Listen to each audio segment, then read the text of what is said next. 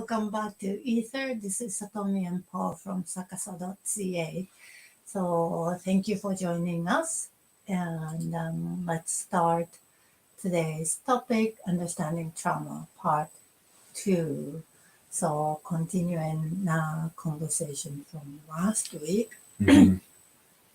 And we're gonna cover that part that we didn't cover last week, but Mm-hmm. we want to cover a few things before we jump in. Sure. so, Yeah. so questions and comments are always welcome. Please jump in and join us, and because it makes the conversation. It's great that we can get into specific people's things and anchor the general conversation into specifics. Let's go back to where we left off, if we can, here from last week. Yeah, we can recap a little bit, just briefly, and so we can continue the conversation. So trauma,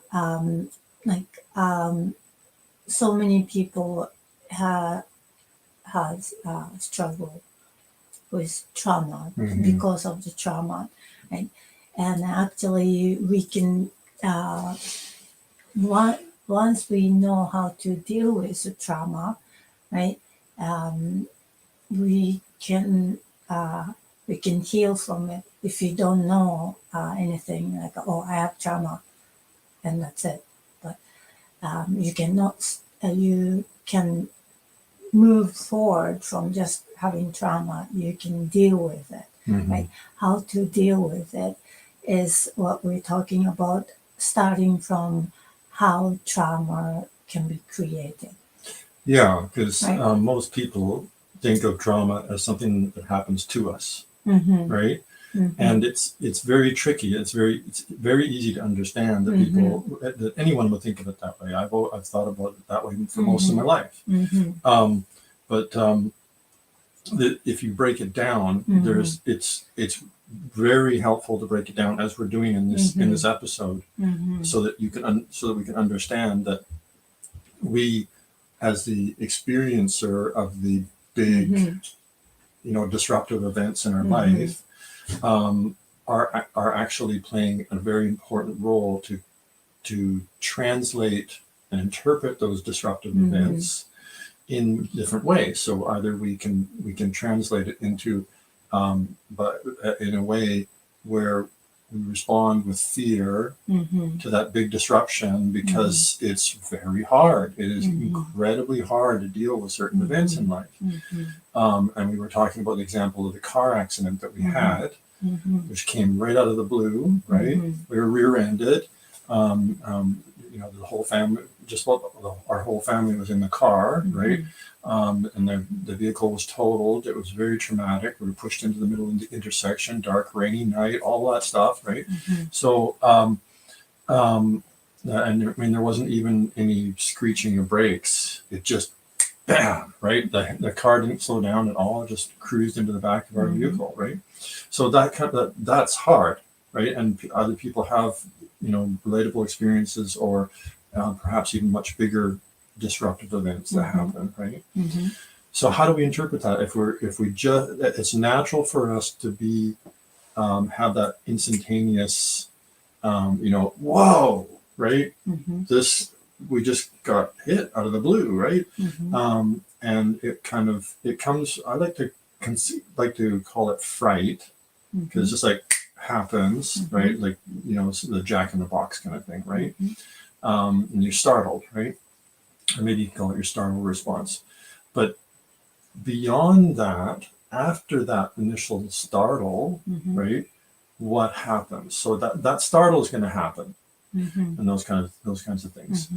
But what happens after that? And that startle is very healthy, because it brings your attention. Hello, wake up, there's something important to deal with here, right?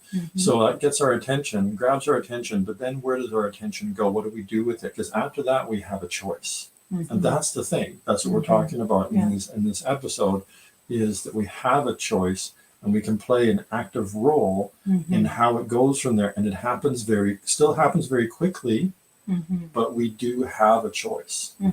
And that's, Yeah. So, So like the trauma that some people dealing with, probably not from car accident, but there's some connections that you can make connection to your experience, that you how why the trauma, that you have the trauma. So don't just dismiss, oh, mine wasn't a car accident. I'm just trying to find the relation between your trauma and then this one, and then um, trying to apply the exercise that we are going to share, because this is the base of how trauma uh, can be created in general. So I mean, in general, it could be that, you know, your spouse says to you, I want a divorce, Mhm. right? It could be that you find out there's a sudden, very serious illness, right? Mhm. Somebody's got blank disease in the Mhm. family, right? And it's Mhm. perhaps fatal or something, or Mhm. very, very difficult to deal with, right? Mhm. Somebody's death. Yeah, Sure. somebody Right. passes away, or there's other things that, you know, um, you find out that a whole bunch of money was stolen from you or something, Mhm. right? Something, all those kinds of, any kind of thing like that, right? So yeah, everybody's situation is different, but the foundation of what we go through can be applied to many different trauma. So yeah, so recap, like Paul was talking about, like the car accident, and I went through literally, it was like me watching a movie of me going through after the car accident. So it was like a me. I was watching myself and on a screen, like this is how you're gonna get traumatized, right? Suddenly getting traumatized and suffer from uh, ABC XYZ kind of thing, right? So that I went through that, and I was able to watch it from third person's eye. If I wasn't aware and I was right in the movie show, I might have traumatized, like that. The show was planning to, right? Um, but anyway, so what happened is quickly, what happened is got car accident, pain, right? And so two main things. Physically, I was affected, not just having the pain, but after the car accident, every time I drove, I got scared of any little noise that shouldn't be any big deal, right? I'm jumping like this, like this little tiny noise that I don't know, came out of nowhere, not like a brake, not like that, not big noise. It's not. It's just little noise, no big deal, and I'm jumping. And okay, my body is reacting after the car accident, and my heart is beating so fast, and oh my god, my body is tensed, right? And then, okay, this is the because of the car accident, my body is still in shock and hasn't recovered from the experience, right? And because I know this is what happens, so how I know I'm able to uh, unwind it. The wound up body, I can unwind. I know that as a fact, right? So every time I jump, my body is in protection mode. Okay, it's okay. This is nothing. Everything is safe. I am safe. And then I just tell my body to calm down because I'm safe. Right? I'm paying attention to everything, so I am safe. Right? So when body wants to warn me, um, sending a lot, boom, boom, boom, boom, boom, boom, boom, and I turn off that red alert. No, look, it's okay. Everything is fine. This can be off, right? And then I intentionally, consciously turn it off because that is triggering me, and that could become my trauma. So every time I drive, my body is tensed, my breathing shallow, I'm in a protection mode and feeling scared and anxiety. That could happen. So I knew that. So I was, every time I turn off this red alert, turn this, it's safe, it's safe, it's safe, right? So I was retraining my body to feel safe. Mm-hmm. That's one thing. So that's how I avoid me creating trauma after a car accident. Right? And then the second one, that this was the big one, um, more like a mental side, because the son was sitting in the way back in a van, and we got rear-ended from the back, and he was sitting in the back, and it just missed by this much. His seat got missed by this much, right? So like, Oh, you mean missed? Was missed all the that metal, hit, the yeah. twisted metal Yeah. and glass and everything? Mhm. Yeah. So he was fine. Yes, everybody got pain, but he didn't get direct hit. So, but my mind goes like, what if? What if it was this much deeper? Then it could have get worse, and it could hit him, and he would be in hospital. He was in hospital. Maybe it's lucky, right? My my mind can go, what if, like that. And right now, I know it's silly to think that way because I'm already past that stage. But back then, right after a car accident, that what if thought was so strong. Like, what if? And then we would have lost him, right? And the the feeling I cannot explain because I don't have it right now. But that was so powerful, and I was getting pulled into that what if and the negative image, negative thought. It was, the pull was so strong, Mm-hmm. and I wanted to go there. Like the negative energy is inviting me, come over here, right? It could have been this worse and this bad, and you could have been this pain, like a negative emotional pain, right? And that feeling is pulling me so strongly, like it is unbelievable how strong it is, right?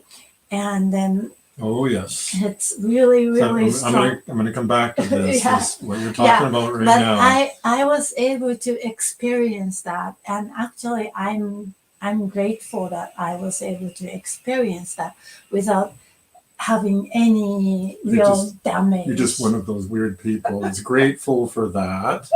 But like we didn't get hospitalized or anything, and we were basically uh, able to do stuff, right? And then, but I was able to experience that pull, and then I went through step by step, one step at a time. Back then, no, this is, I'm getting pulled, and it's just so strong, and I want to go there for some reason. This is to me, from this me right now, it's stupid. Obviously, it's stupid. Why you gonna go there? But I was like, it's like a no choice. You have to go there, kind of thing. And then, but just the tiny part of me is saying, no, Satomi, no, no, you don't need to go there, Mhm. right? Mhm. You don't need to go there, but really, I don't have to go there, Mhm. right? And look at everybody. Everybody's fine, right? Yeah, everybody is fine, but it could have been this was. No, no, no, Satomi, calm down. See, look at everybody. Everybody's fine. Yeah, okay, everybody's fine. So I I can focus on that. Yes, you can focus on that. I don't have to focus on this big thing. And I had to listen to this quiet, soft voice that it's okay. Look at you. Look at your family right now. Everybody's fine. Yes, they're complaining some pains, but no serious injury. Nobody's dead. Nobody's hospitalized. It's okay. It's okay to calm down. It's okay not to go there. Okay, I'm gonna trust this quiet voice because I didn't know back then which one to trust because that pull was so strong, right? So, but it little part of me that who is aware, the voice was quiet, but trust this one. It's okay to look at this happy side. It's okay to look at this bright side. Don't look at this big, giant negative, and get, don't follow the power of pull. You don't need to go there. It's not inviting you because you need to You go said there. pull, not Paul. Not pull, and it's you don't need to go there. It's making you feel like you need to go there, but that's not true, right? So that was really, really, really hard. I worked on that for weeks, and yeah, and it's just like it doesn't make sense.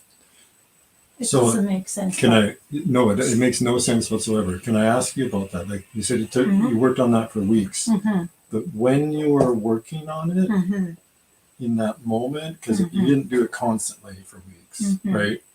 It would Mhm. come up, come up, yeah, right? It would pop up. very often, yeah, very, very often they came up. So when it popped up, Mm-hmm. how much time did you spend in that space? You mean in that getting pulled The and pull, staying? but well, first of all, the pull, but most importantly, I'm mostly interested in from when you started to listen to the little voice. It's pretty much immediately. I when I feel the pull, Mm-hmm. I didn't buy in. It's like I'm feeling a pull. What's this? Mm-hmm. Right? Because what I like I practice and I practice with clients too, right? And we share the practice is um, check your energy, check what you feel. If you're feeling negative, heavy energy, that's disempowering energy, right? If you're feeling light and happy or calm energy, that's empowering energy. And I know that. And this energy is so heavy and so negative and so dark Disempowering, yeah. and disempowering, but it's so It powerful. can actually like feel like the bottom is falling out of your world. It's like this, Mm-hmm. right? So I can identify it, just but that identify is happening just the little corner of myself. Mm. It's very tiny because this pole is so big and occupying almost all my body and all my mind. Mm. It was that much, but so little like a 1% or 5% of me is like, hey, you feel this? It's negative. It's negative, right? And then so I don't jump in. Okay, I'm feeling the pull, but I'm kind of staying here. Is that okay? Right. So it's I would say it's pretty instant. So, and then how long did you have to sit with like Yeah. that moment of seeing the or hearing the other voice, Mm-hmm. and then making the choice between those two voices. Mm-hmm. How long did you spend making the choice between those So voices? making the choices, I don't know. It's really, I would say, short time. Making a choice happens pretty fast. But so I feeling the pull, and then yeah, most of my body wants to go there, Mm-hmm. but no, and so I don't allow myself to go in there, right? So that happens right away, and then but after that, I needed to go through. It's okay. It's okay. Look at everybody. Everybody's fine. So that took a while. Like my choice not to go in there, I made right away. But after that, to calm down, That's the point. Yeah. But keep going. yeah, to calm myself down and to be okay, that Mhm. took a while, and Mhm. I don't know how long. Sometimes 5 minutes, sometimes I think that up to 5 minutes, because it was like I didn't have car accident, and after one after another, right? Mhm. Then that could be harder, and then it could be longer. Having one after car accident after car accident, yeah, that would be right, harder. Yeah. right. So, Yeah. but it was one incident, Yeah.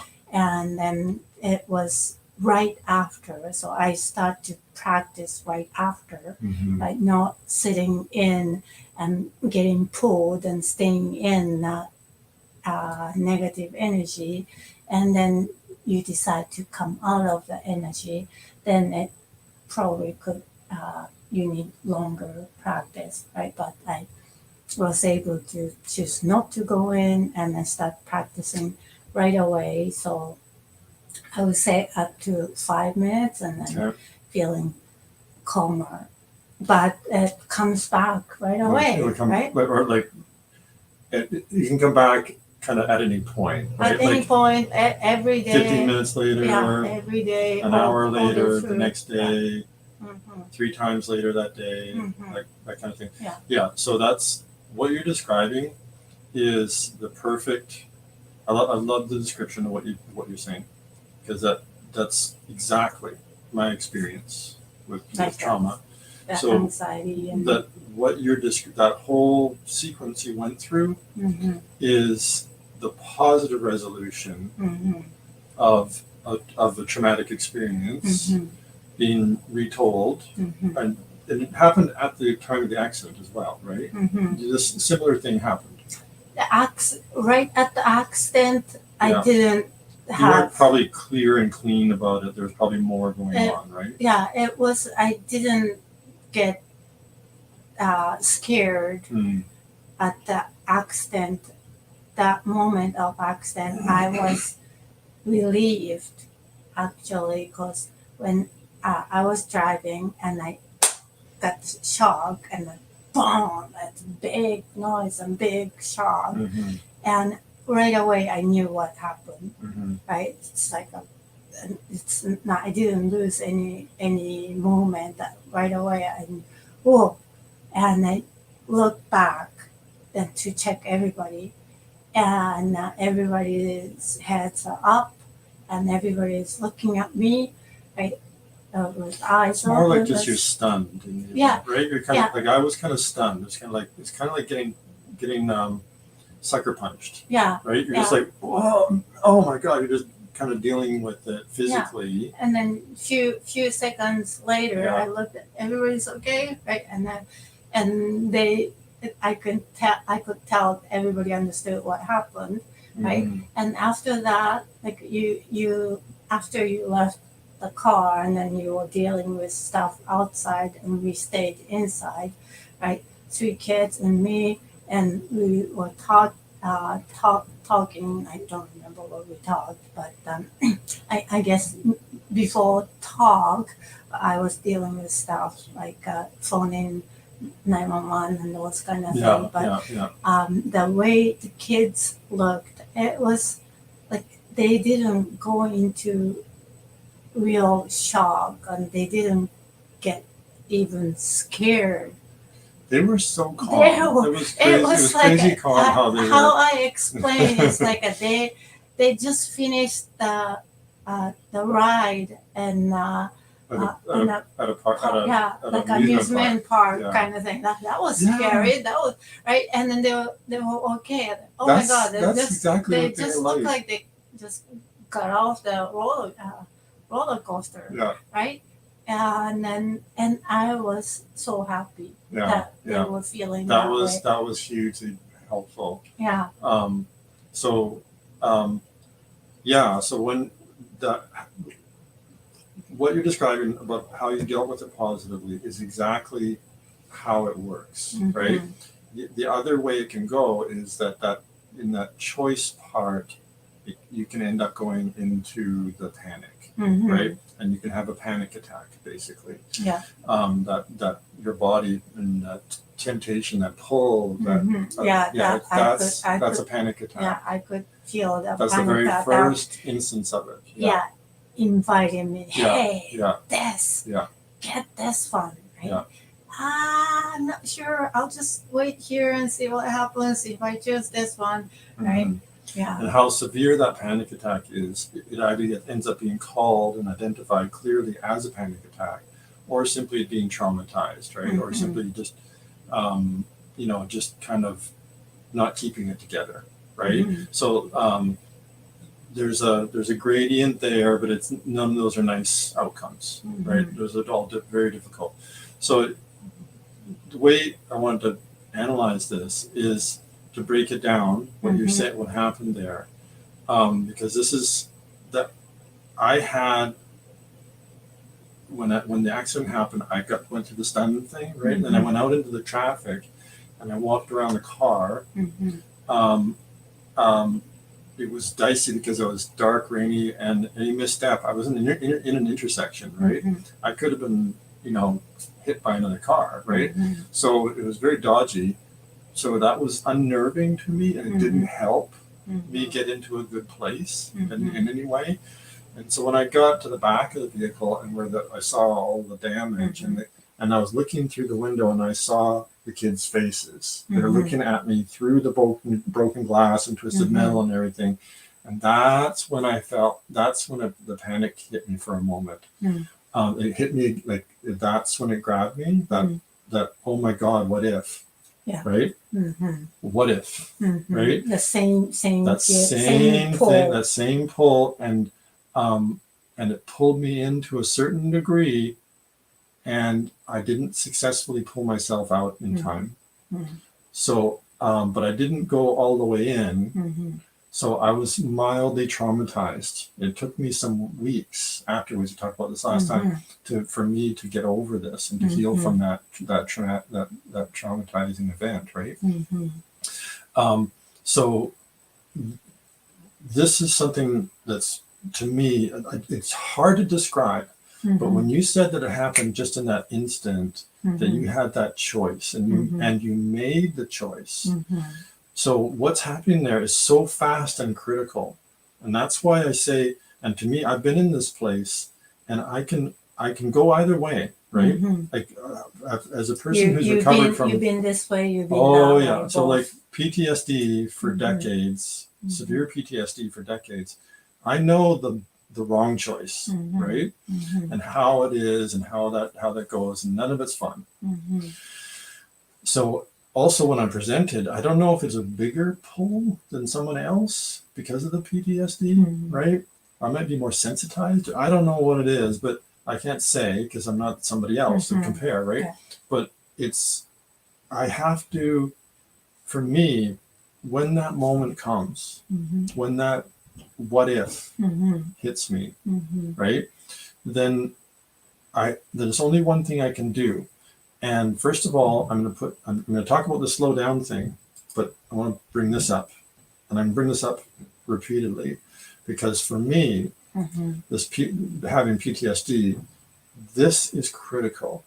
This discipline and the awareness. Mm-hmm. So there's that voice, and it's tempting me. I have to take I can't just let it pull me in. And you said you're kind of facing it over here. You're facing this way when you're talking about it because you directly faced it. I believe that's kind of what we do with our awareness. You automatically just simply faced it. Now, for me as a PTSD recovery, I guess you call it, for many years, so you could for many years, I kind of don't really face it, right? It kind of I just let it take me in, and it's a familiar feeling, and it has all that temptation and pull, like you're saying. But what I've discovered is that I actually can turn and face it directly by using discipline and awareness. Okay, so that it takes the discipline to turn and face it directly and put my full awareness on it, and that's what's important. And when you put your full awareness on it, you shine light on it, and you're like, oh, okay. And to me, it's like time slows down, and I can go through the steps of looking at it and say, oh, okay, so this is what's going on here. And I'm hearing the other little voice, like you're saying, exactly, you don't have to do this. You can make a different choice. And I then use the awareness and discipline to say, I'm making the other choice. I'm looking directly at you, Panic, and I see you for what you are. I am going to go with the other voice. I'm going to go in this direction instead because this is empowering to me. And it's slow at that moment, like it does happen just like that. But to me, it feels like I'm spending, a few minutes with it or something, or like there's an extended moment in there. So to me, it's like it's slowing down time. And maybe it is. Maybe it's like, if you are in a different kind of car accident where you're able to see and respond, right? You know how time slows down, all that you're hyper aware and you're reacting, you're moving the steering wheel, you're applying the brakes, you're doing all those kinds of things. Time slows down in those moments. And I think that's what happens in this moment. When you turn and face it and put your full awareness on it, I believe time slows down. And that's kind of what's happening when you're in a, emergency, right?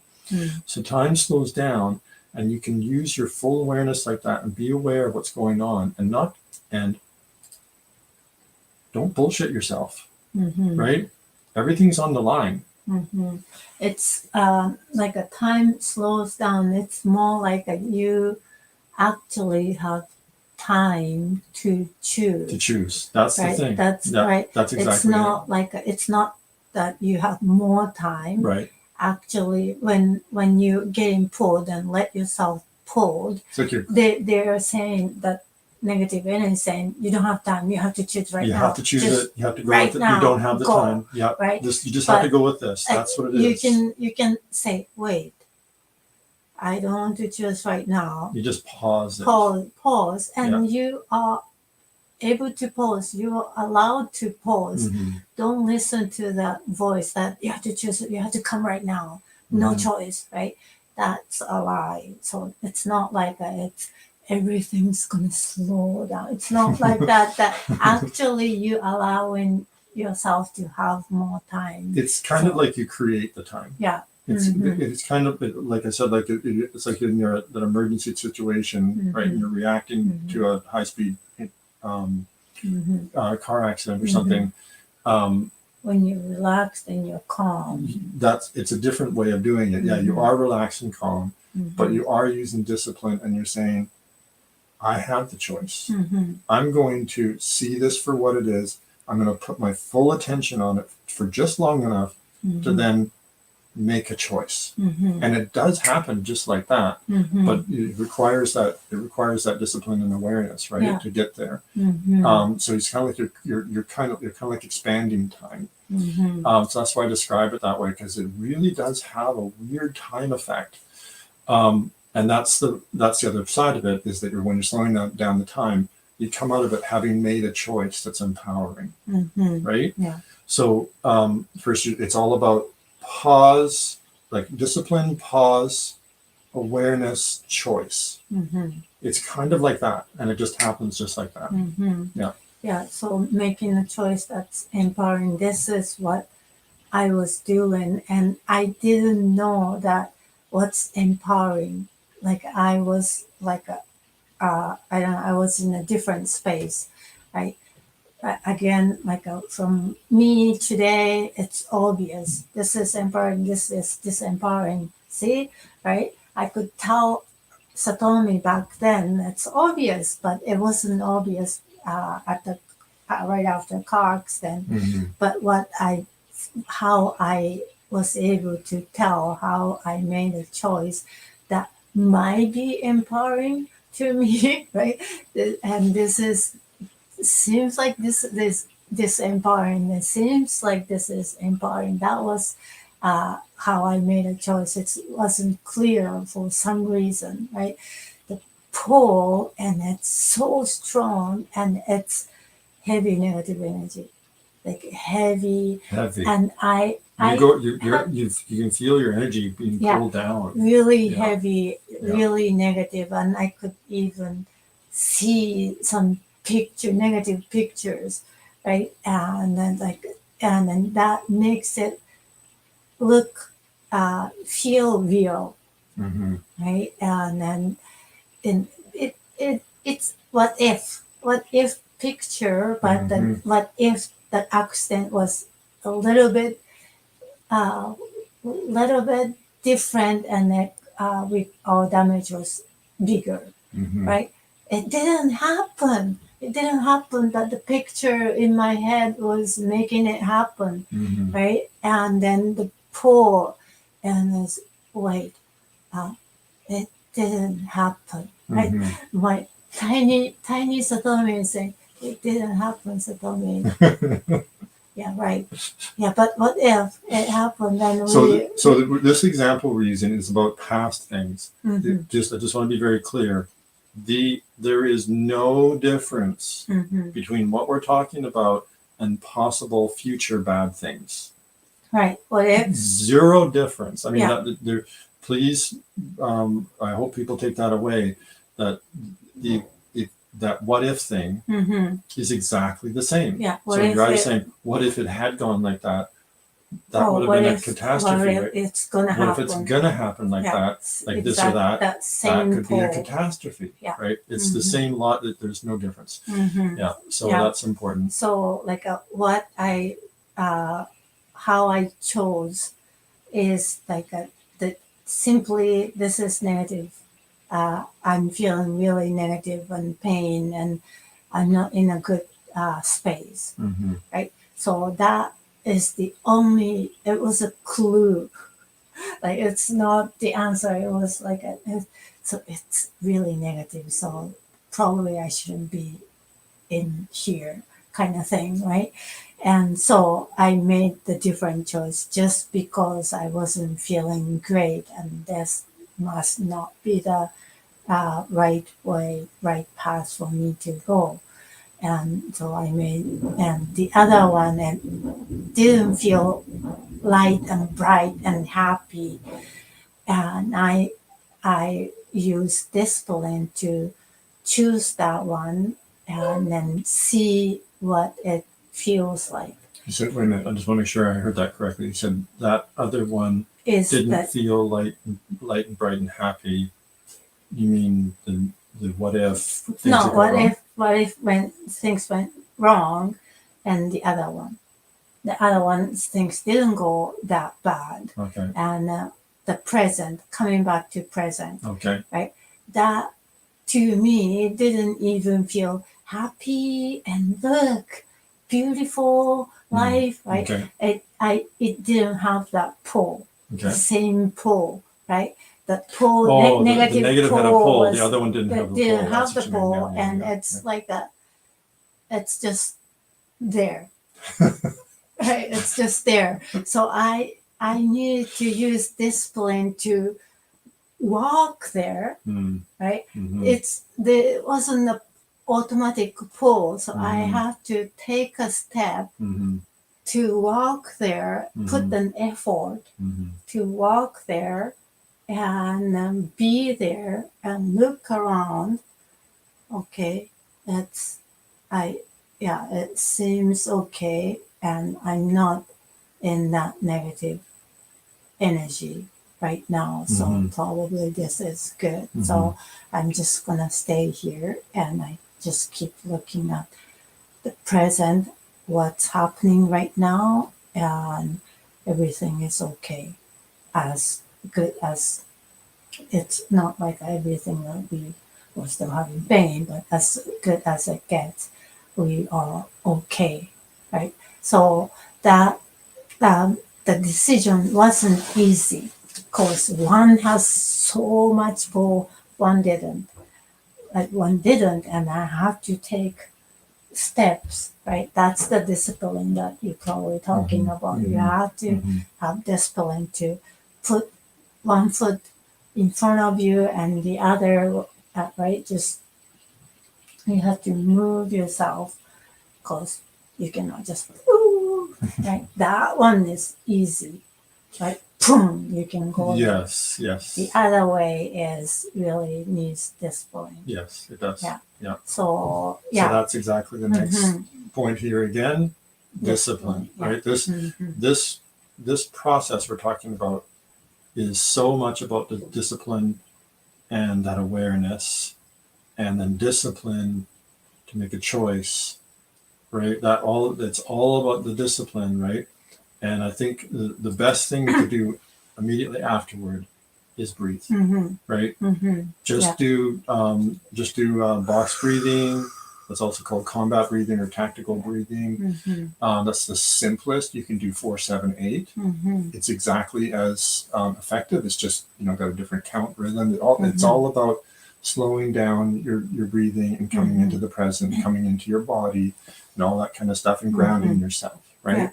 Yeah. So that those pranayama breathing techniques are very powerful, Hmm. right? Hmm. And then the next thing to do, discipline, right? Hmm. I'm going back to this a lot, but it Hmm. is essential to this, Hmm. right? Yeah. There's so many temptations to slip back, right? Hmm. And then the next one is to not resist. Okay, what do you mean by that? So letting it go. Whatever the thing is that could go, like this is more like, I think, more like for the future, what could go wrong, I think maybe, but I haven't, it might apply to the past stuff too, but like, um, um, or what could have gone wrong in the past, right?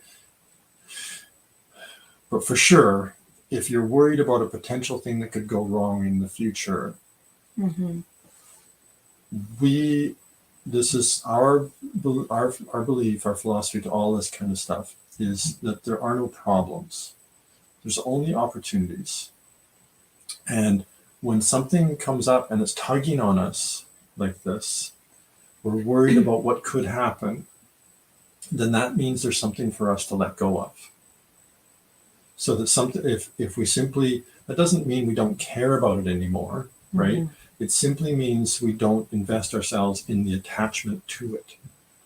So it's all about the Buddhist, the very well-known Buddhism, the principle of non-attachment.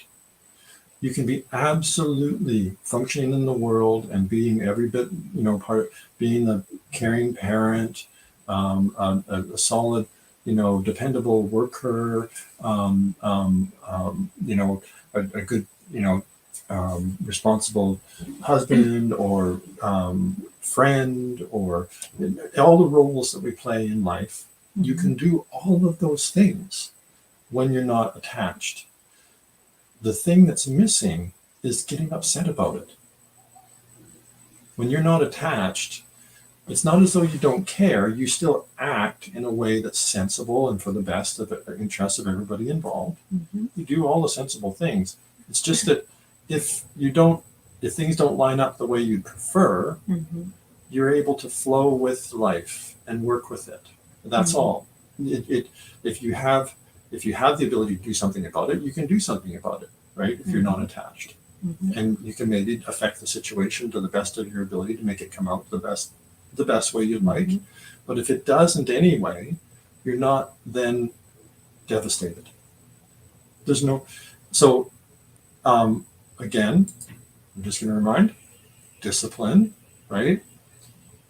And there's a lot of discipline that's involved in non-attachment, and it's a whole different story. I'm not going to get into the details of non-attachment, but you brought this up one time, right? Mm-hmm. So I said, like, well, what if if there's a disaster, right? What if that happens? What if something really bad happens? You said, what disaster, Mm-hmm. right? Mm-hmm. Whatever happens, it's just an event, Mm-hmm. right?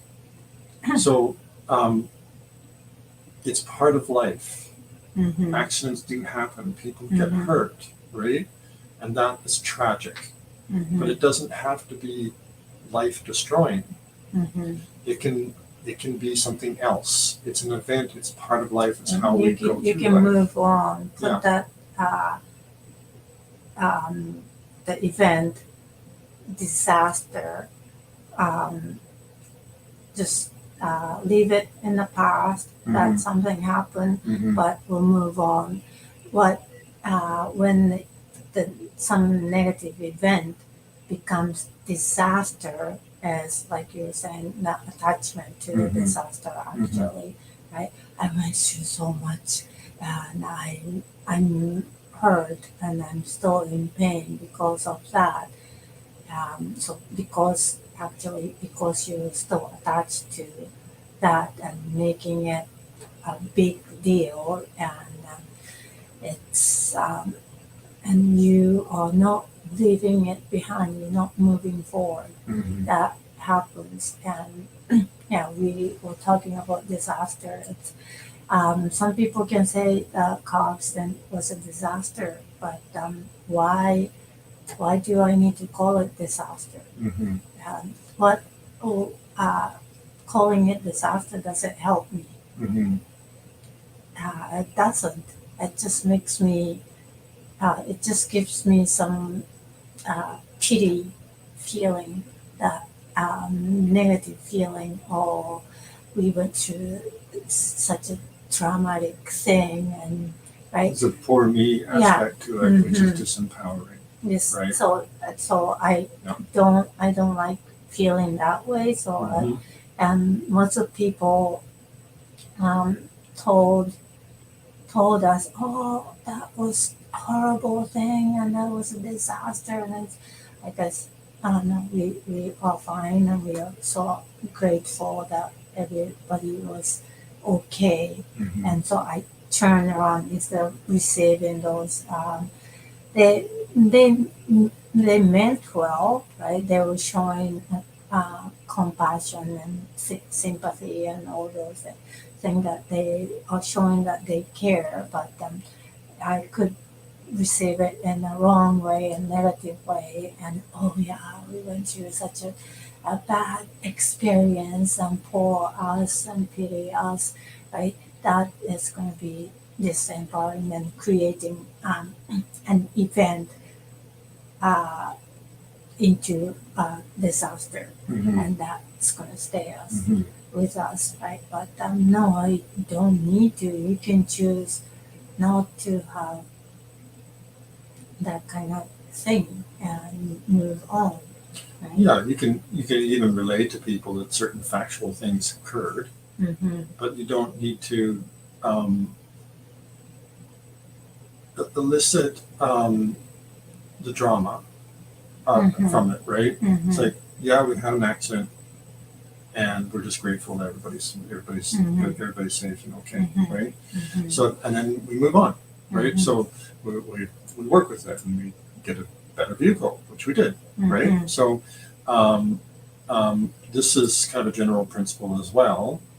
right? This is something that you always do, right? With raising the kids and everything. Just don't make a big deal out of anything, right? Just take it in stride and move on, right? So that takes all the drama out of it, which is very, very helpful, right? Yeah, we couldn't make it into a big deal, like, oh my god, we got into car accident. Are you okay? Are you okay? Are you okay? Right? Are you sure you're okay? If you ask that to kids or anybody, are you sure you're okay?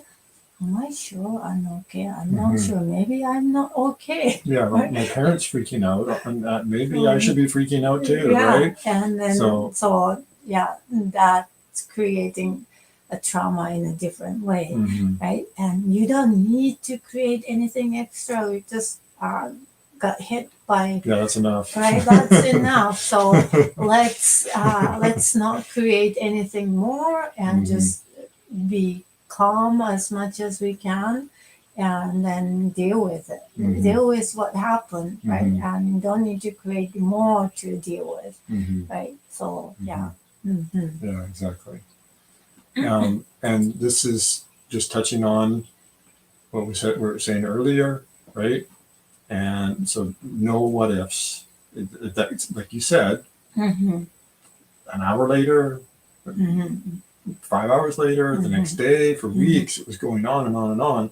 Little things would bring you back into that space just for a moment, right? Just so that, and you have to go through, redo the whole exercise of like pause, discipline, awareness, discipline, choice, discipline, breathe, right? All those things, you're having to go through the same sequence of walking through it to consciously take yourself into an empowering place, right?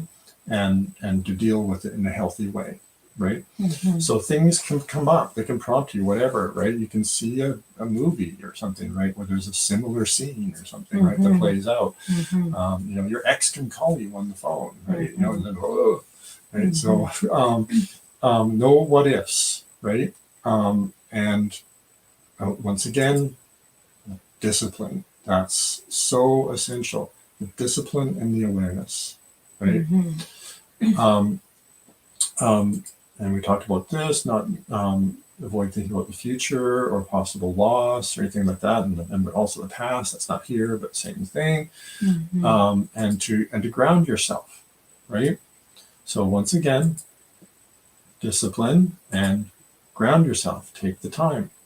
So what does that mean? That means, you know, that can just mean going out and sitting in the grass, right, in the park, right? Take a little time for yourself and simply slow things down enough, bring yourself down, and connect to the earth one way or another. We've shared exercises about breathing with the earth. All the breathing exercises do that, right? They all ground you, right? Just coming into awareness of the present right where you are will help to ground yourself. There's so many different things, right? Yeah, and the discipline, I was able to use it. I don't identify myself as a person with good discipline in everywhere, right? Sometimes I do. Lots of times I find like I don't have enough discipline. But this one I did because I knew in somewhere in deep going there is really, really scary. I've seen enough people went that path and suffered for a long time, and then I received the pain because of that. Right, so I knew somewhere in deep that getting pulled and just letting myself getting pulled is not the way. So I knew, so I was able to use the discipline. And I was like, no, I'm not going there. I'm not sure this way is the right way, but I'm pretty sure I wasn't 100% sure. Pretty sure this is not the right way, right? Right now, I know 200% sure that that wasn't the right way. I can say that, but back then I wasn't. I wasn't able to say that. It's like there might be something that because I'm getting pulled this way, there might be something. There's one of the things that actually that does call to you, for sure, there is a temptation to have the human experience of appreciating the situation somehow through dramatization. So what does that mean? What does that? That's a lot of words, but it's hard to convey it. There is a temptation to want to, like, or that's like when I saw the kids, it's like my heart went out to the kids, right? That's our kids, right? So I so much of me wants them to be protected, right? So it's like, oh my God, it could have happened, right? That's what did it for me. It kind of tricked me because it was with the kids, right? And I saw their sweet faces in there, and all that, mangled car, and it tricked me. So it's like, or let me rephrase that. I own it because I allowed myself to be tricked, right? I tricked myself into. There's that distinction, like the care and the love. Yes, the care, right? Of it. Right. Yeah. Exactly. The care and the love. That voice that said, "Come in here," right? There's the care and the love, right? It said that to me, right? If you stay calm, it could look like that you don't care, right? Right? Yeah, you don't love them. There is that mistake that we tend to make. Right. So why you are okay going through this, right? Do you have feelings? Don't you even care? That kind of there's that element too, right? So if I care, I should be worrying, right? Those kind of things, and that's another pull, right? Yeah. And then there's a strange song. I don't know if people know this song, but it's a rock song from the 80s. It's this band called Offspring, and in there it's a weird song. It's like all about having no self-esteem. I think that's maybe the name of the song. And it's like, the more you suffer, the more you care, right? That's the lyrics of the song in there. And it's like every time I hear that, I'm like, no, that's messed up. That's mistaken. But that's why it's in the song. Is that there's like a human element. There's like a human social element that we tend to feel as though we're connected to things and care about people by sharing in the pain somehow, right? Or even possible imagined pain, like this situation, right? It's like, oh my God, it could have, right? It's just imagined pain. It's not even real. So that temptation is there, and then with it again, right? It requires discipline, right? To not bullshit ourselves, because that's how I allowed myself to be tricked. I just want to say it again. In that moment, and that's why I ended up being traumatized for a while, right? Not severely in any way, because but it was bad enough for me to be able, harder for me to work and function for days, or a lot longer, for some weeks, right? So we need to have that no bullshit agreement with ourselves to always use the discipline where it's appropriate, like that. Just not kid ourselves. And then everybody can do this, right? Some people might find it harder if they carrying this trauma for a long time. It was easy for me because it happened once, and I was able to work with it right away. right? So Easier. it was easier. I can tell you from a very as a very Wasn't easy. experienced person who Yeah. was traumatized deeply for many years, that it actually doesn't change character all that much. Yeah. It It was it's really powerful. it's there's a habitual aspect to it, for sure. And if you're not aware of the stuff that we've been talking about in this episode, and don't make this decision to use the discipline and bring your awareness to face it and bring your awareness to it, and do the things we mentioned, if those aren't there as part of the equation and then part of the agreement that you make yourself, you'll go right back into it. And it is kind of easier to go into the trauma if you're experienced with trauma and it's just always been there and it's been the way things have just always gone, right? It's just a habit. So you do there. So what I'm trying to say is, I don't think that from going from a place of being deeply traumatized for so long to a place where I can actually make a choice now, I have these things come up still, right? I still need to use the discipline, right? Even though I'm healed from the PTSD. What I can say though is that the difference is not so much a huge amount of not a qualitative big difference between the experience. The difference is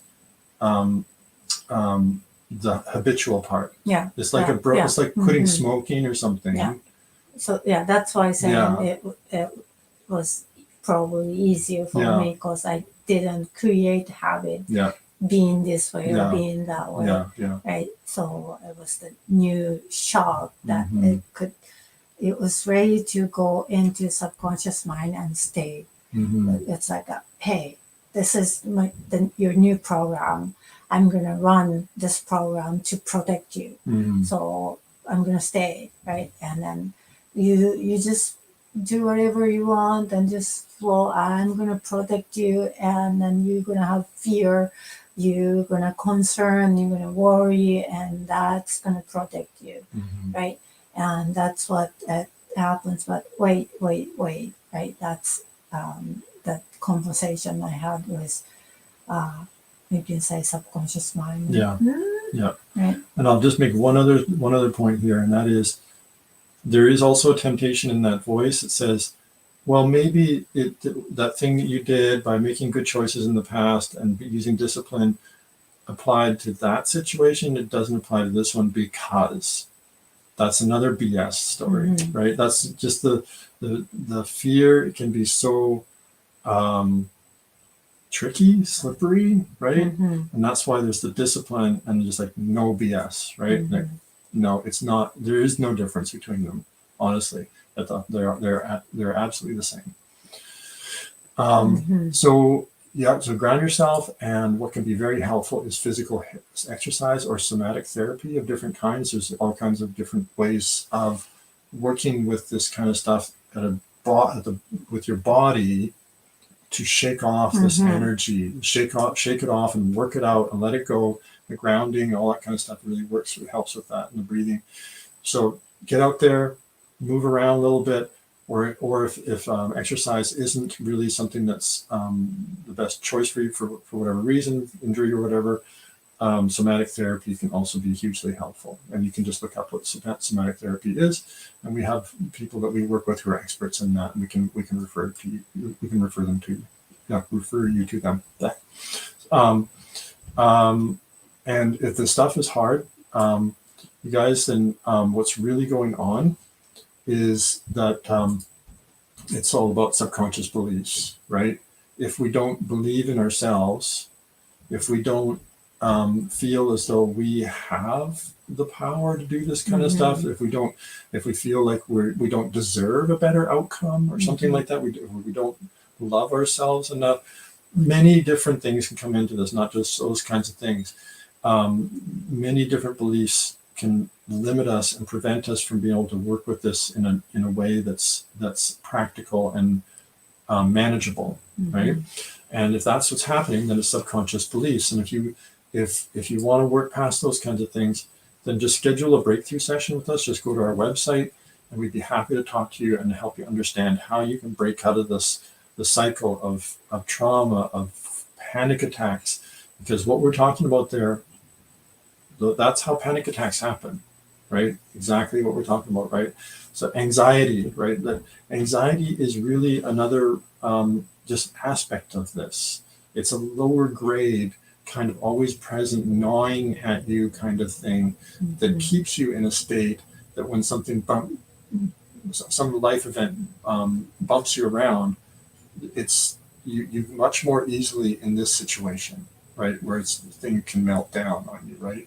So but they're all related, and they can all be connected to past trauma. It can be connected to all kinds of other experiential events in our lives that lead us to subconscious beliefs that limit us and disempower us.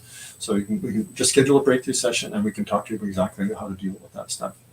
And besides that, please, if you like this video, please, give it a thumbs up on YouTube here or wherever we've got it posted. Share it, subscribe, and as well, we will see you right here next week. Where is that guy? There it is. Right here on Aether next Sunday at 4 p.m. Eastern. Thank you guys for coming. Bless you, and wish you nothing but the best through all of this. Take care. Bye-bye. Bye-bye.